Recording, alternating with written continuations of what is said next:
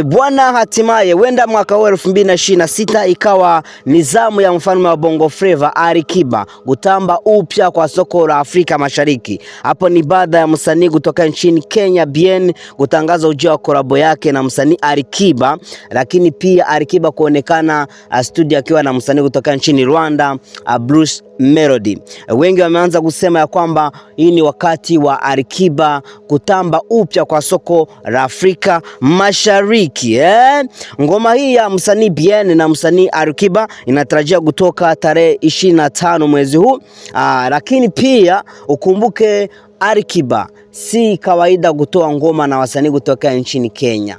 Of course, so watu wengi wameanza kutabiri ukubwa wa ngoma, maana wanavyomfahamu Alikiba ni mfalme kweli wa Bongo Flava, lakini pia ni msanii mkubwa hapa Afrika Mashariki.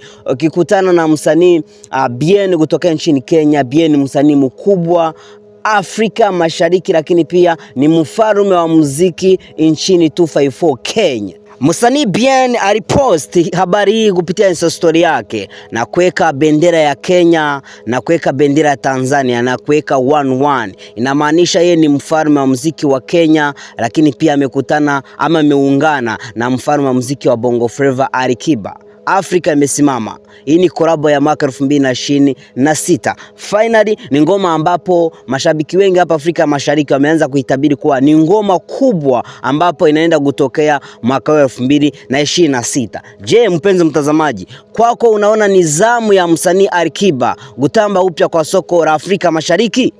Share nasi maoni yako hapo kwa uwanja wa comment section. Ila kabla ya kuingia mwishoni wa habari hii, nataka nikukumbusha kwamba Bien alifanikisha kutoa kolabo na msanii Diamond Platnumz, ngoma ambapo inaitwa Katamu. Ni ngoma ambapo haikufika mbali sana kulingana na tunavyomfahamu Diamond Platnumz na tunavyomfahamu Bien.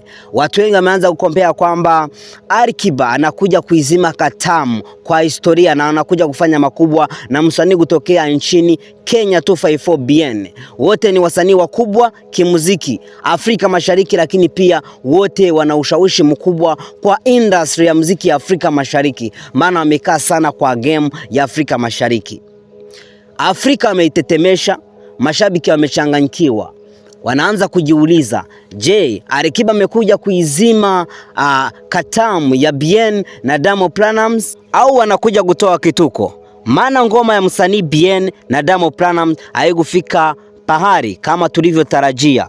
Kipindi inasalia siku chache, finally ngoma ya Alikiba na Bien ikatoka nje. Mashabiki wanasubiri kwa hamu na gamu. Je, mpenzi mtazamaji, unaona ukubwa katika ngoma hii ya Alikiba na Bien?